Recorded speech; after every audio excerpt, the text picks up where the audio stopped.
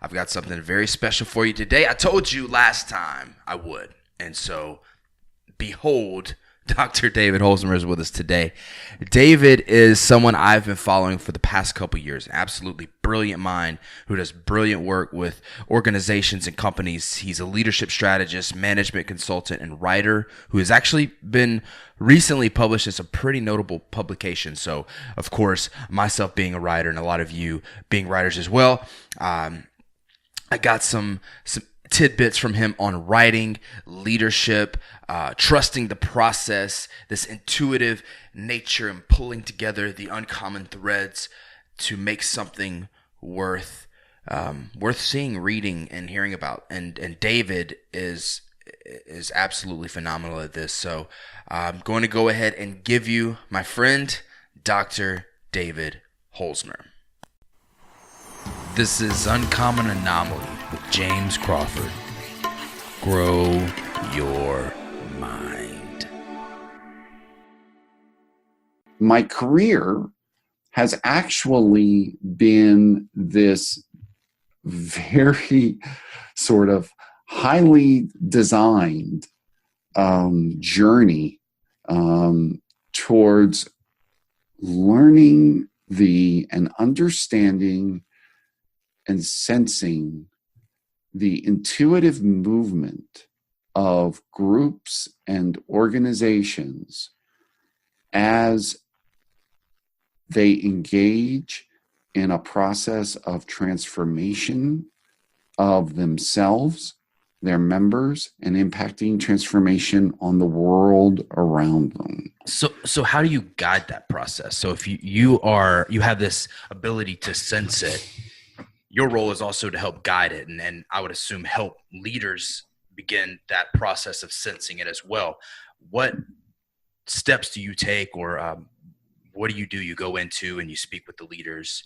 How do you begin to help someone else see that, hey, you need to learn how to sense this stuff too if you're going to be a leader of an organization? Well, that's a great question. I think where you have to start is how you understand the process itself. And one of the things that I came to understand through my own journey, this is not, bear in mind, James, this is not a journey that I started out to undergo or complete. Some of us, I just remember from a very early age, and I don't know if this was your experience or any of your listeners had this experience, but from an early age, I just felt this sort of deep sense that I could not explain, that there was something important that I was meant to do. And, but I had no idea what it was. Yeah. And no idea.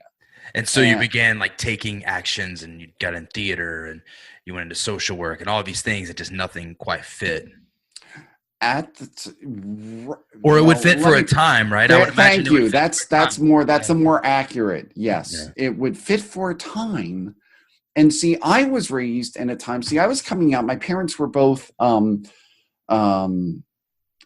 parents were older when I was born. So they were born in the Depression. And you grew up in New Jersey? In New Jersey, yeah. So I was raised, and even when I was still like going into high school in the 70s and 80s, and then when I got to college in the 80s, I was still coming out of that sort of tail end of that generational belief system that what you did was you got a good job, you stuck with it, and you rode that train through your career. You stayed in place throughout your career, and you committed to that one thing. And by that singular commitment, by that laser focus, by never taking your eyes off the prize, that would be the formula for success. So I was raised in that, and I did my best to adhere to those values. I believed in those values. Yeah. And the problem was there was this inner drive, this spirit that was that I didn't seek out, that I didn't ask for, but it was just there from a very early age. And this idea that I had something important to do, I felt that important thing was to stay on this track, but I kept getting these deep internal messages that said, no, don't. time to stop doing this. Time to move on to the next thing. Well, I think that's a common thing for people, though. We're taught that same thing. I grew up with a similar mindset, and I don't think all of that is bad. There is value in sticking to something. That is correct. Having a vision. But I don't think for most of us, like you said earlier, that vision is there to serve us long term for our whole lives. And there comes that time where we have to have that intuitive knowing, that intuitive ability where it's like, all right, well, this has served me. Let me let go. Oh, man, let's see what comes next. Yeah.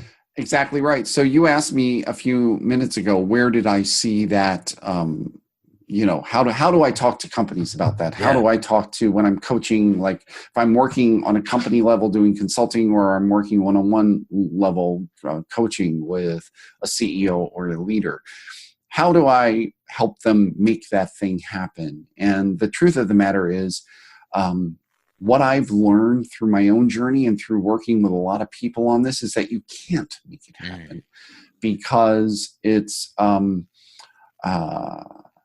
intuitive, and it is it's something that springs out of a deeper part of our humanity than what we can control or orchestrate. However, what we can do we do very well, and my history is testament to this, is that we can block it and we can impede it and we can subvert it.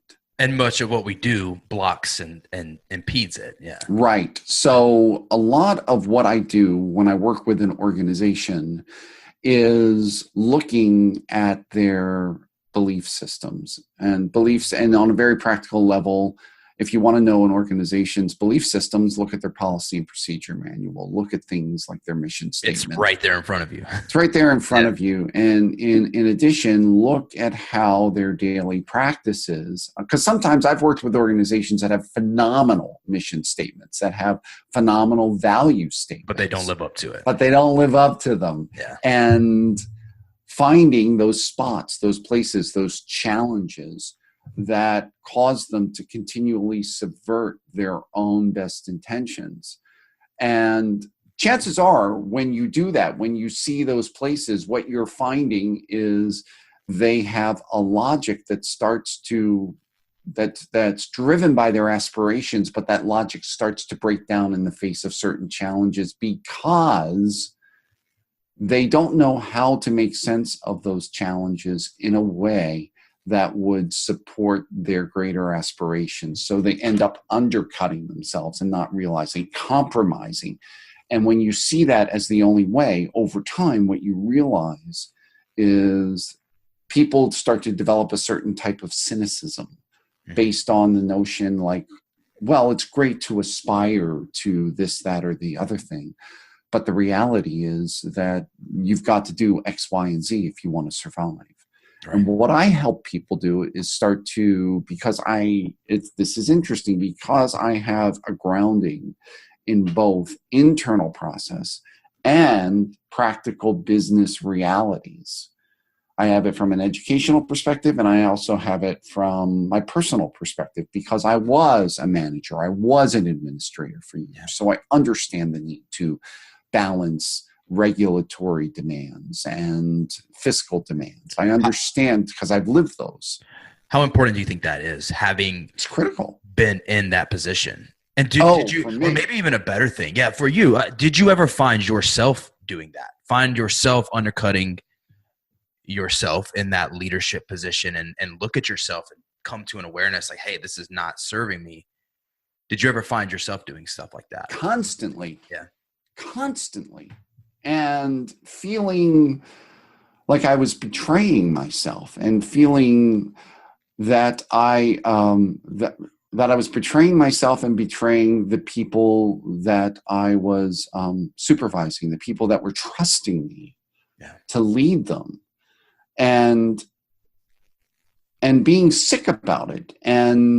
But at the same time, having gone enough through my own journey of unfolding and transformation I think the thing that really guided me is this underlying belief that if something wasn't working, there was something I wasn't getting.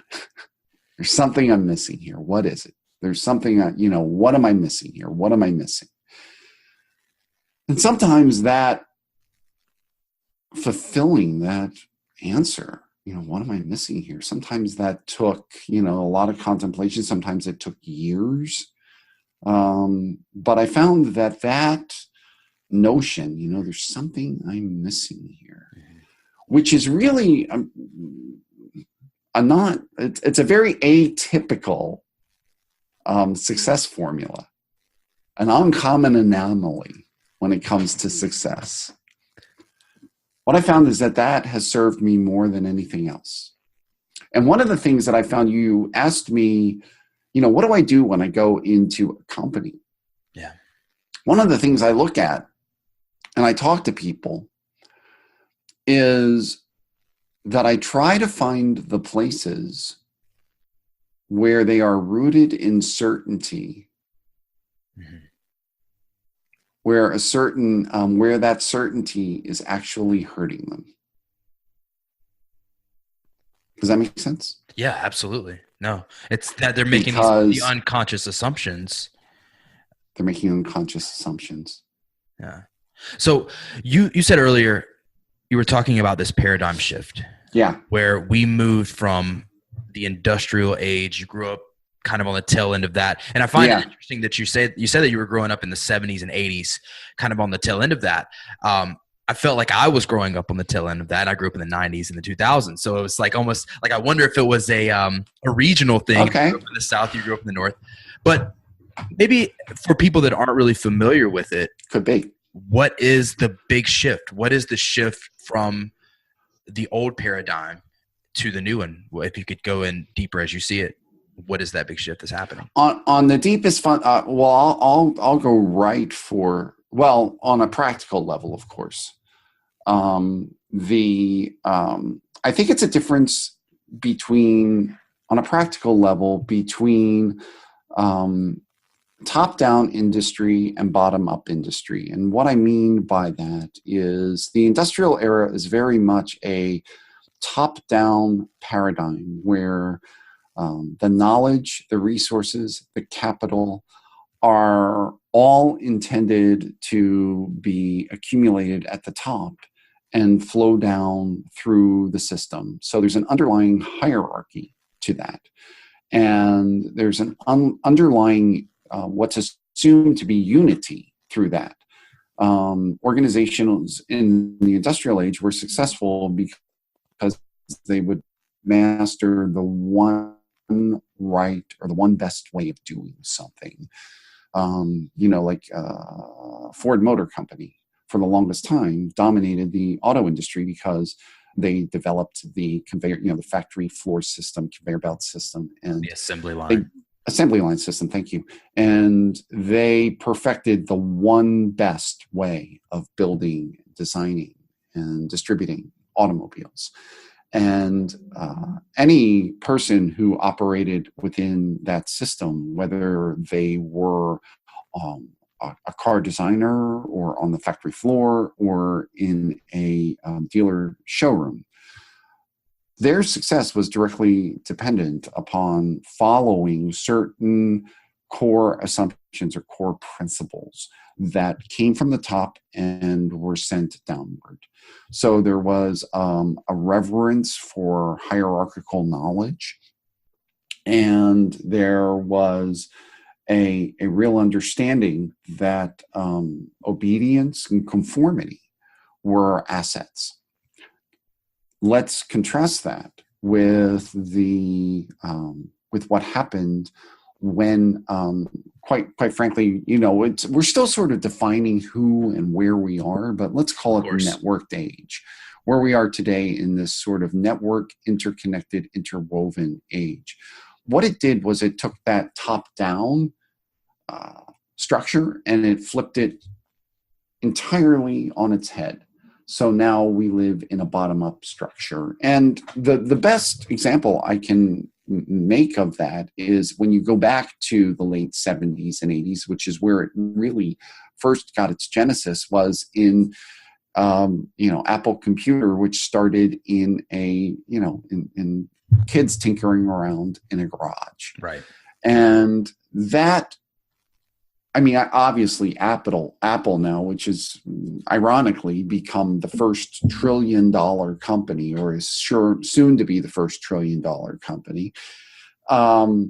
It became very much, it moved into the industrial model. But what it did was it sparked this other revolution that has taken place out from under it, where what has happened is that knowledge no longer moves from the top down, because in order for knowledge to move from the top down, you've got to have the benefit of time, meaning that you've got to, in order for knowledge to trickle down and to disseminate, there needs to be a certain amount of time allowed for that to happen and for it to infiltrate the system and for it to solidify in the system.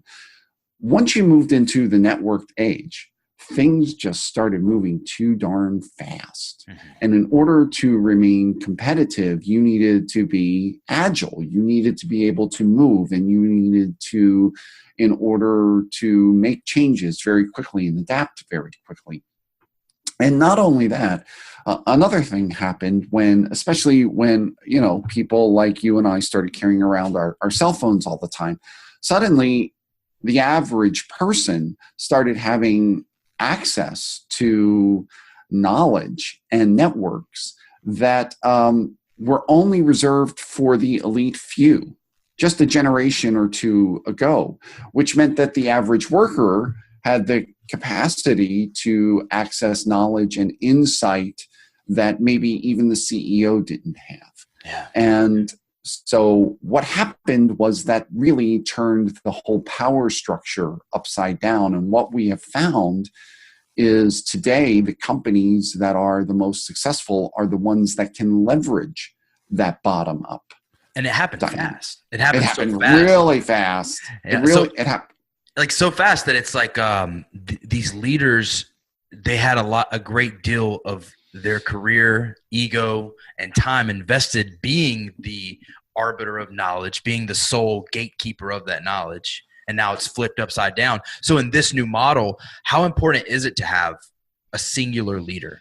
Do you feel like the bottom-up structure leaves room to have that one CEO, or would it be better served putting the power I think it depends. in everyone's hands? I think it depends on the organization. I think it depends on the institution, because one of the things I'm finding, James, which is interesting, is that this shift from top-down knowledge to what I call like an age of, there's three dynamics that I think are going on, which is hyperconnectivity, hypercompetition, and hyper-autonomy. And organizations that can embrace that, I think it can be embraced in a variety of structures. But one of the things that I think is inherent in this age of and when I say hyper autonomy, I mean that all the stakeholders involved, the employees, the customers, they have a sense of their own autonomy in a way that just wasn't present in the population prior to the 1980s. Yeah. And because there was a certain type of dependency in society. And I could go and we could do a whole podcast on the shift from, an autonomous populace to a dependent populace to a hyper-autonomous populace, but that's a whole other conversation. But you're asking, do we need one CEO or do we need multiple? And what I'm finding is that the structure of the organization is not as important as it is the mindset of the people populating that structure. Because bear in mind, one of the things that was inherent in the industrial age was this notion of one right way, one right structure. So what that meant is that when a new idea came in, it would always sort of be assumed that it was out with the old, in with the new. So something like, and what we saw this during the early 2000s and the 1990s and the early 2000s. We saw a lot of that going on in management practices. There was the new thing. There was organization re-engineering, and there was quality control and all of this. And what would happen is that these organizations would throw out the old way and bring in the new way. And the problem with that is human beings don't work that way. Yeah. And we're constantly learning by integrating, by interweaving. And what I find today is that the most successful organizations are the ones that understand that interweaving process. So they're not necessarily going to throw out the top-down structure, but what they're going to do is interweave it with a different mindset, a different set of values, so that some organizations will thrive through having a top-down structure, but the people inhabiting that structure understand the distribution of knowledge and power and resources in a way that's very different than the top-down structure understood it, say, in the 1970s. Right. So essentially they're taking the best parts of what worked in the past and weaving those together with the best parts of what works now. And creating a wholly new thing. Right. And creating cultures that can continually be involved in that type of renewal and regeneration and in that type of integration. Right. And part of that is recognizing that knowledge is moving not just from the bottom up, it's moving in all directions at all times. And the role of people in positions of authority needs to be more geared towards interweaving those influences and bringing them into practical form rather than being married to the one right way. Do you feel like your role in what you're doing right now would have been as welcome 10 years ago? Probably not, and only because my role and what I have learned is probably because of my own struggles in trying to follow traditional models and methods. I've grown a little bit as I've grown older. I've grown somewhat contrarian. Yeah. And so a little bit of a chip on your shoulder, a little bit. Well, I try to be very graceful. It's a healthy chip. I try to be very graceful. I try to gentle. Let's put it this way, James. I call it a gentle chip, a gentle and loving, a compassionate chip on my shoulder. And so, but what I find is that my approach tends to, and I'm very upfront with this when I work with organizations and when I work with companies. I say, listen, my approach is not for everybody, and mostly because I question a lot of the assumptions that keep people miserable and locked down in ineffective strategies. And so the people that I work the best with are the ones that are the most open to questioning themselves and questioning their own values and questioning their own choices and not questioning them in order to take upon my particular values or choices, but in order to develop habits where the sacred cows are now open for discussion and open for reconsideration in a way that works for the unfolding of the people who are really creating the vision that the company started out in order to create. Do you feel like through that process of constantly questioning and questioning yourself, questioning your own unconscious assumptions, or as leaders that there is the potential to lose a sense of vision and question too much? Well, I think that there can be, but what I think is really important when I work with people is, it doesn't matter whether I'm working with an individual or a company, I think a personal vision or a personal mission is key. It's critical. That is, and that can be seen as a leftover from the 1980s, but at the same time, I feel that personal vision and that personal mission, that's really going to be your guide. And it's got to be something that really resonates deep down into your bones. And I think that's where you start.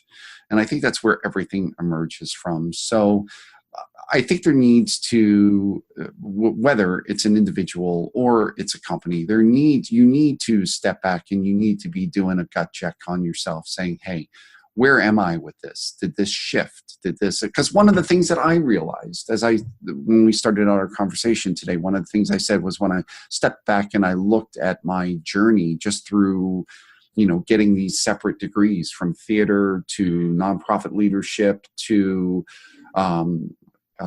organizational, the deep psychology of teams and chaos.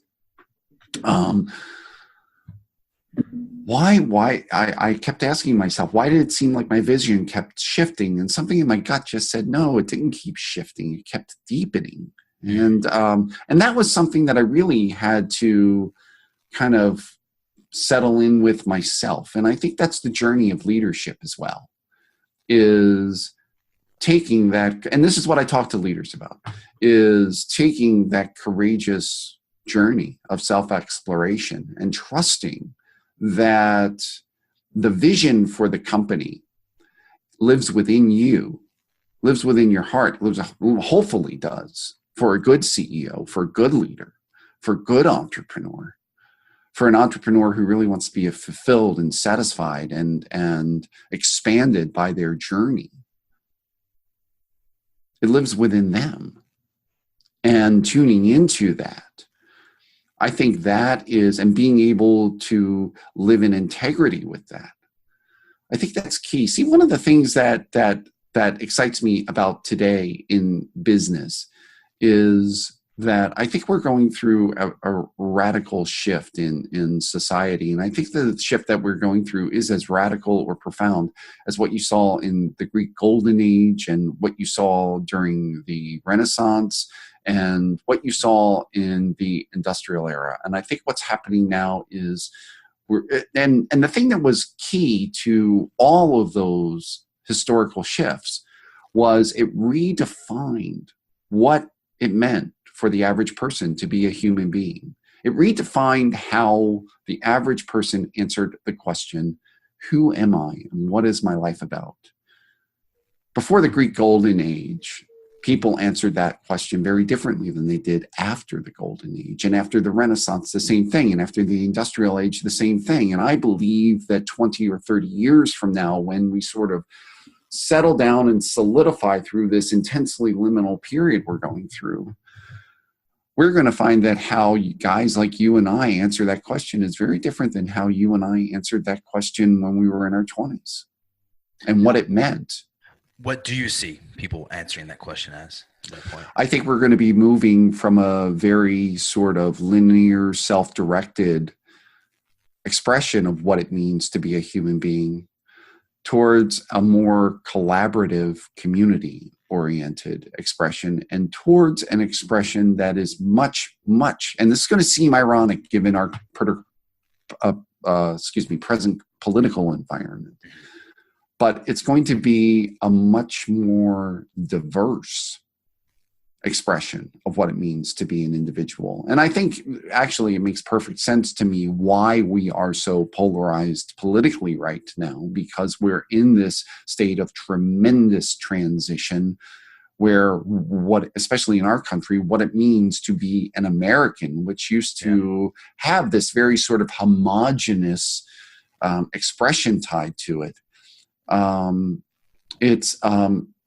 It's now not becoming something that's not homogenous, and that's freaking a lot of people out. But really, it's the notion of what it means to be an American. It's the notion of what is American evolving, and which it needs to do. I mean, which it needs to do, which our founders understood. Yeah. Our founding fathers understood that it would continue to evolve. I've thought of that too with all the political turmoil, the Me Too movement, just a lot of different things coming to surface and coming to light. It's like it looks bad and it is bad, but it's like you almost have to have an awareness of the the chinks in the armor, or the bad parts of culture, to eradicate them and to have them flesh themselves out so you can shift in a different direction. Is that what you feel is happening? Well, you asked me a few minutes ago, what do I do when I go into an organization? And my actions and my approach are always different, but they are always undergirded by the same principle, which applies to what we were just talking about here. And that principle is sunlight is the best disinfectant. Sunlight is the best. And we're, and when you think about the notion of like return, and of the notion of making America great again. Well, this notion of when America was great, it's also a notion of a time when there was a lot of stuff we just did not talk about. Yeah. We didn't talk about it because it was just so uncomfortable, and we did not have either the language or the moral grounding, the moral anchoring to resolve the questions it would raise in a way that would lead us to someplace new or better. And I think that moral anchoring and moral grounding is starting to emerge, which is why these questions are so volatile in our society right now. And a lot of things we probably just didn't know about.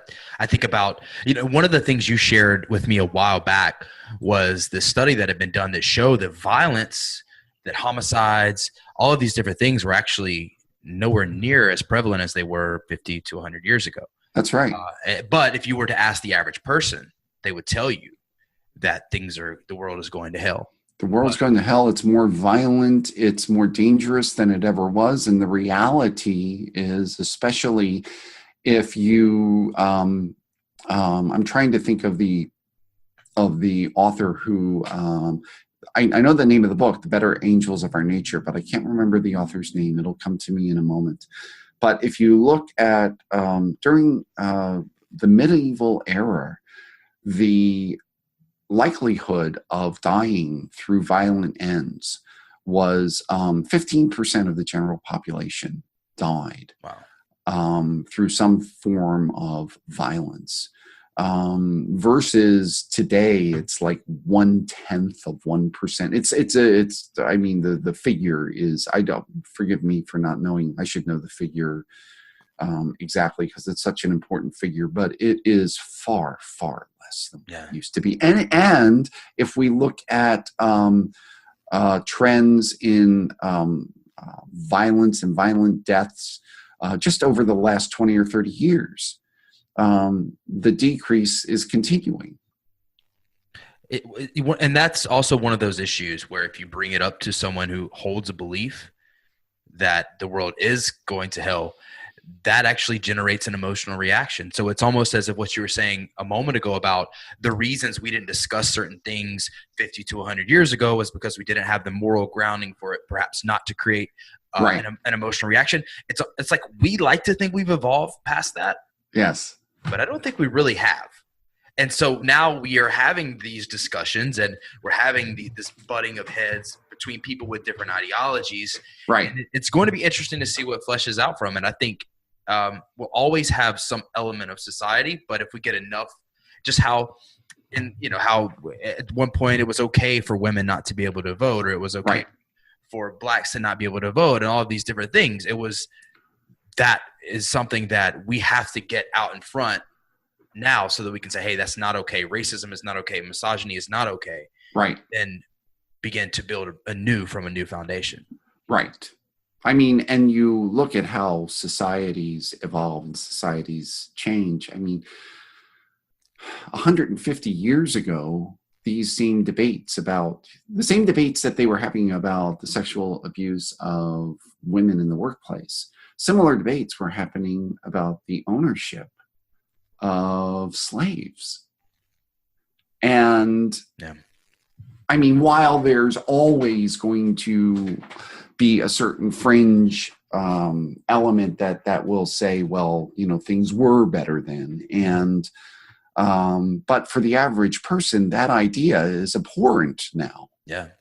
Well, if our society is going to continue to grow and evolve, 150 years from now, there's going to be ideas and practices that we are deeply embedded in that we will look back on and go like, geez Louise, back in 2018, man, we were like, Yeah, we were lost in the barbarians. woods and we didn't even know it. I think of that stuff too, and I'm like, what are those things? What are the unconscious elements of our collective psyche that are going to be weeded out? And am I an active participant in any of those things? Of course, not saying any of the things that we recognize now as abhorrent, but there's always something, like you said, we look 20, 30 years down the road, we'll be like, I can't believe that was okay. I can't believe. Back then. Can't believe. So it almost becomes it really shows the importance of that self-discovery and constantly evaluating yourself, questioning yourself, and not assuming that you know everything.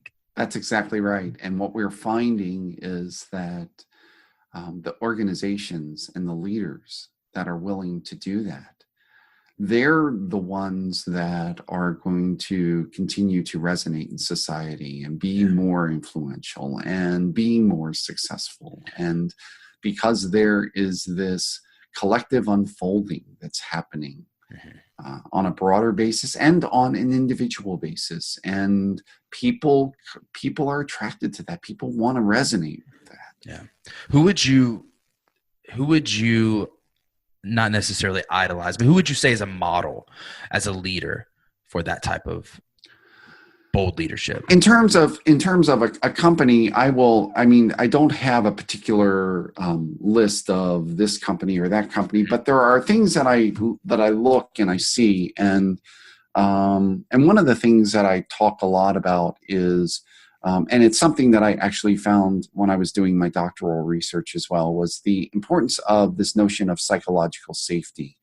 And psychological safety is it's a term that describes certain cultural dynamics within an organization or a group where people feel safe to be vulnerable, to be themselves, to make mistakes, and in order to share their imperfections without fear of ridicule or being ejected from the group. And so when I studied the groups or organizations that were most effective under conditions of chaos, what I found was that the number one trait of those groups were the ones, or the teams especially, were the teams that had the greatest level of psychological safety. Not the greatest knowledge, not the greatest resources, not the greatest training, but the greatest level of psychological safety. And about 6 months after I discovered that and put it in my dissertation, Google published the results from its Project Aristotle. And because, unbeknownst to me, of course, Google was undertaking its own study about what made certain teams more effective than other teams.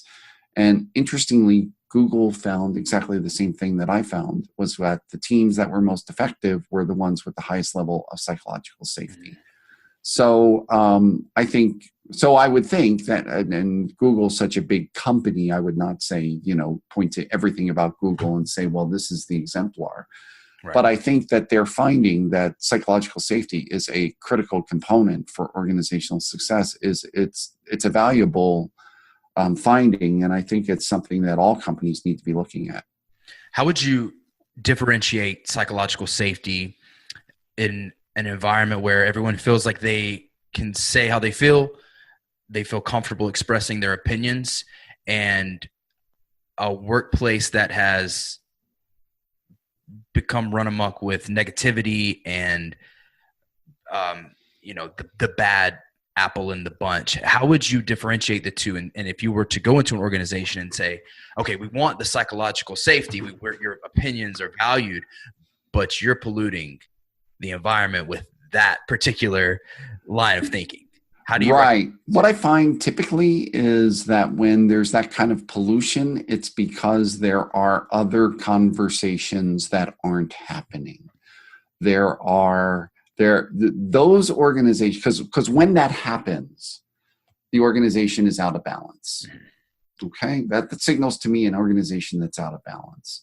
So what that also signals to me is when an organization is out of balance, it doesn't mean that there's too much discussable. It means that there are, excuse me, it doesn't mean that there's too many things being discussed. It's that there's too many things that aren't being discussed. We're having conversations, but we've learned to tiptoe around the really delicate conversations. And then if you suppress that, then it just it comes out another way. Yeah. It comes out another way. It's like an infection that, is not allowed out in the air, out in the sunshine. Yeah. Okay, well, it's going to go underneath the skin and it's going to manifest somewhere else in the body. And that's what you have when you have a lot of toxic dynamics within the organization, is that you have, and it's always rooted in the leadership structure somewhere. And by that, I don't mean that the leader is necessarily the toxic element, but the leader is acting in some way or conducting themselves in some way that does not allow the full conversation to emerge. I read this book about, it was a comedian, Judd Apatow. He's written a ton of like really famous comedies. Yeah. And he was talking about how when he was a writer for these shows years and years ago, one of those important elements to create good comedy was, he didn't use the word psychological safety, but they had to feel like no one was going to judge their joke. And a lot of it, he said, a lot of it was shit. I mean, it wasn't good stuff, but they had to go through that to the good stuff.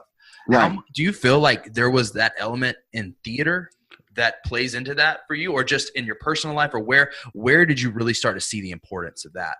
And that's actually a very accurate observation on your part, because I did start to see it in theater, because during my time in theater, when I worked professionally, I worked as a stage manager, an assistant stage manager.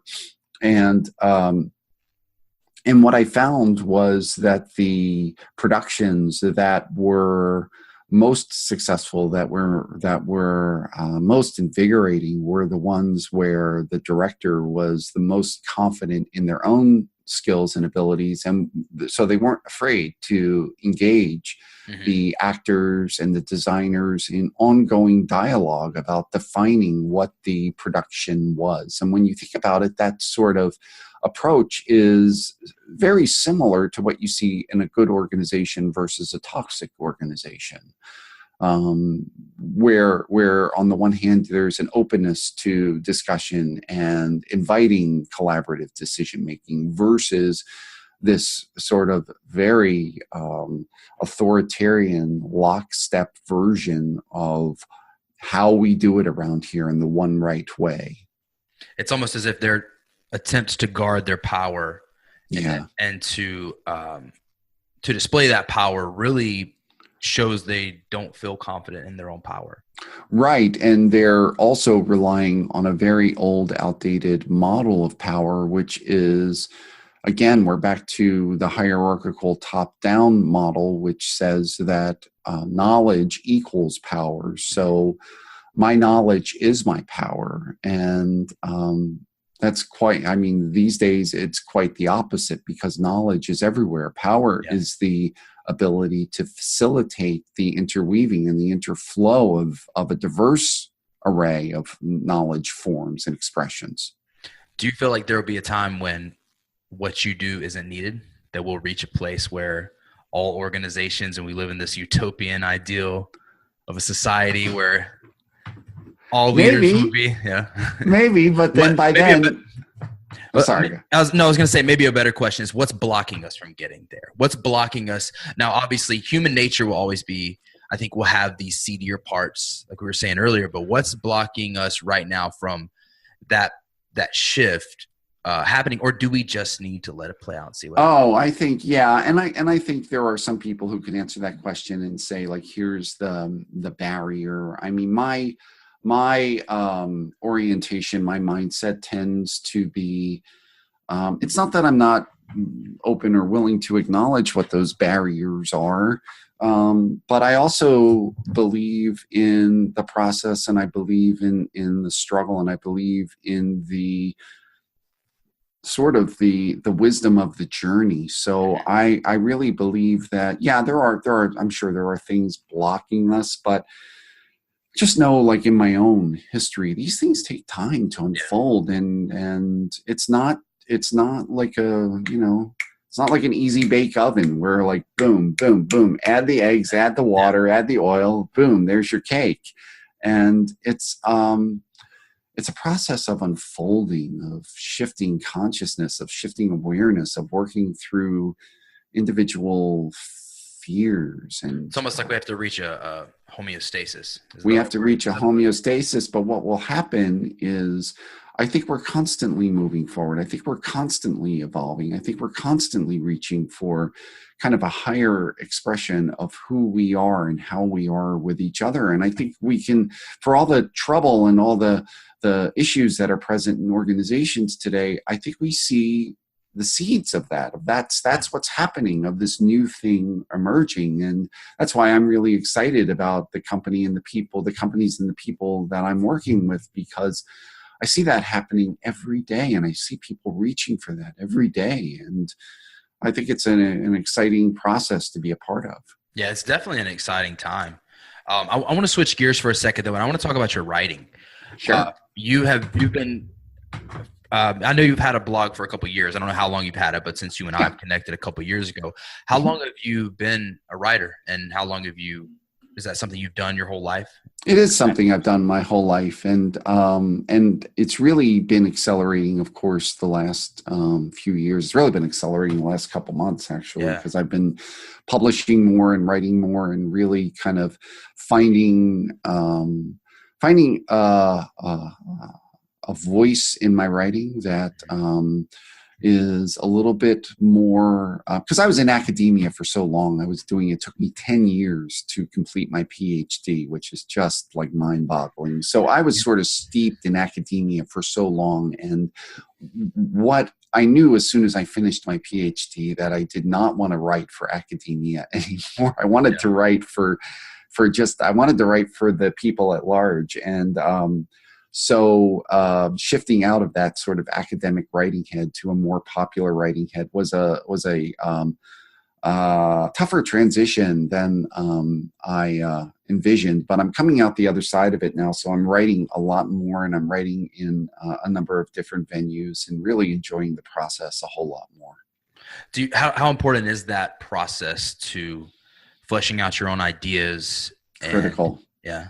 It is critical, because what I find is that in the writing, and I don't want to segment it and just say just through the writing. I find even in conversations like this, but what I find is that there is sort of a genesis and a connecting of the dots that happens when I'm sitting down with, and I've got my weird little habits and so forth. I mean, I always need to write on a yellow legal pad with mechanical pencil. And if I don't do that, if it's not like, it's like the ideas don't come out otherwise. Yeah. And so once I do that, though, there is this symbiosis of ideas and connectivity that happens with the writing that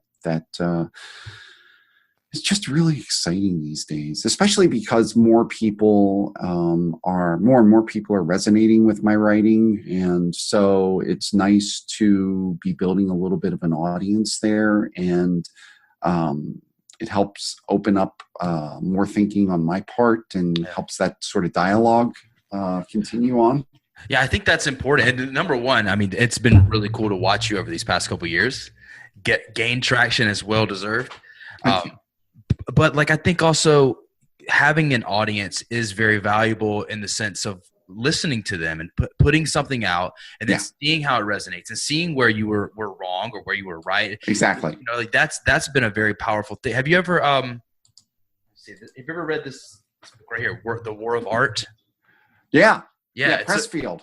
Stephen Pressfield. He's great. And that kind of made me think about it when you were talking about how just that magic stuff that happens when you're writing. It's like almost like the muse speaks to you, and then you have this audience that kind of relays it back to you, and this whole grand process. I would That is encourage people exactly to write right. if they don't. But I do want to talk a little bit more about that part of your journey as well. Like, I know a couple of years ago you were a lot more active on social media, and I was. you seem to had maybe taken a break for a while, and now you're back and it'd be doing a lot of the same things, but you seem a lot more. It's happening for you quicker now. What would you recommend to someone who feels like they want to get their ideas out? What have you learned through that process? Um, a lot. A lot. And I think one of the things I've gone back and forth. You're right. I've gone back and forth with social media, especially when I was at the tail end of my PhD. There was a lot of stuff going on. There was a lot of excitement around, and there's still a lot of excitement around social media. But I guess I was just tuning into. There was a lot of excitement on the various platforms, and this was around the time Snapchat was becoming real big. This is like 2-3 years ago, and I've been doing a bunch of stuff on Twitter and a little bit on Facebook. And one of the things that I think in my own journey of finding my own place was a lot of the people that I was talking to and associating with, they were kind of speaking about social media. And so I started speaking about social media because that felt like something to be explored.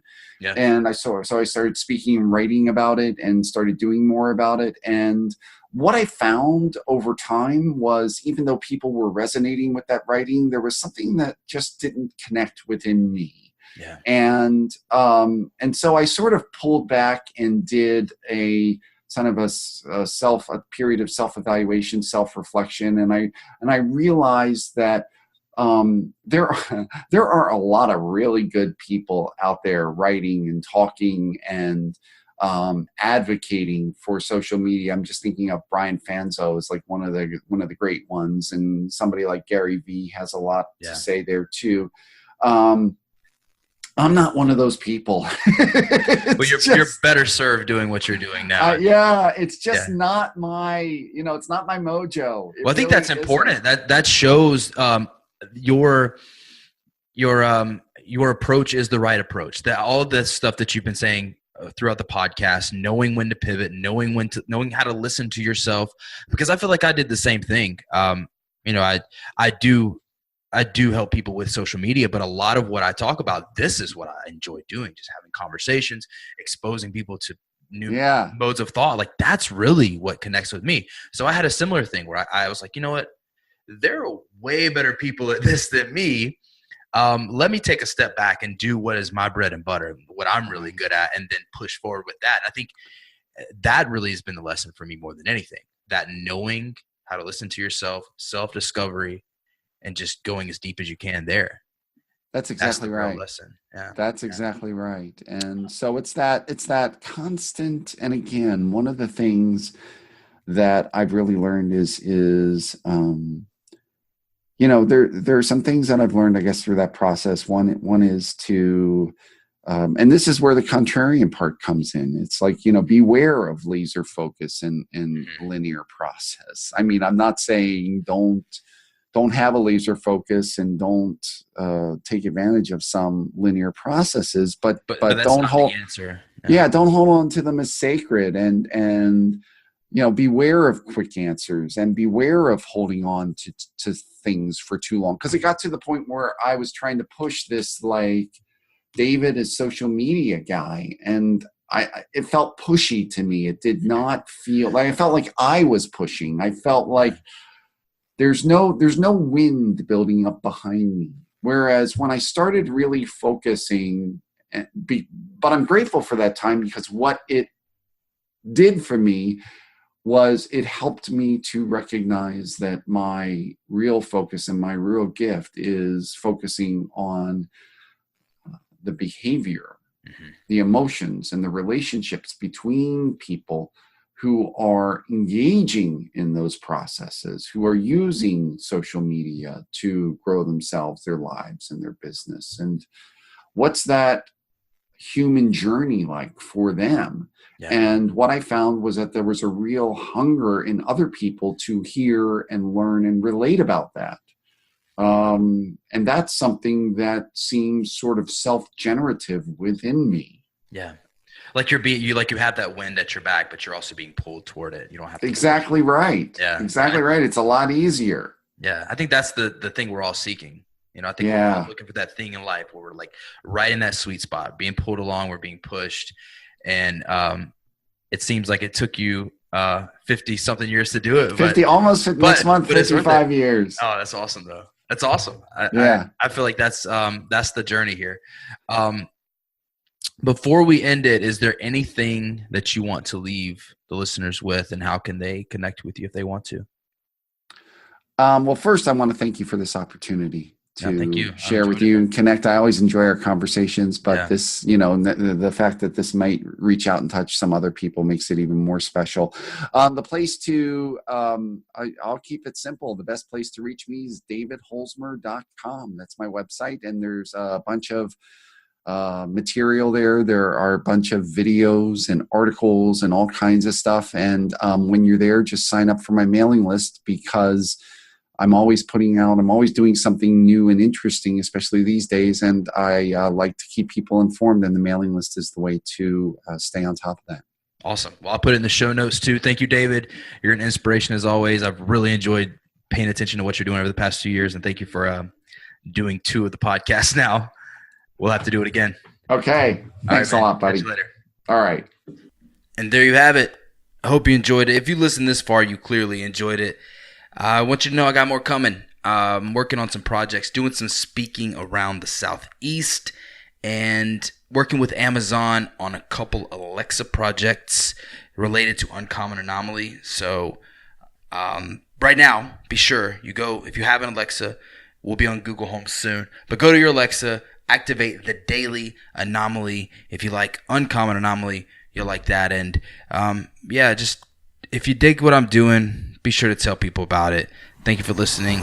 Can't wait to do it again. Catch you soon.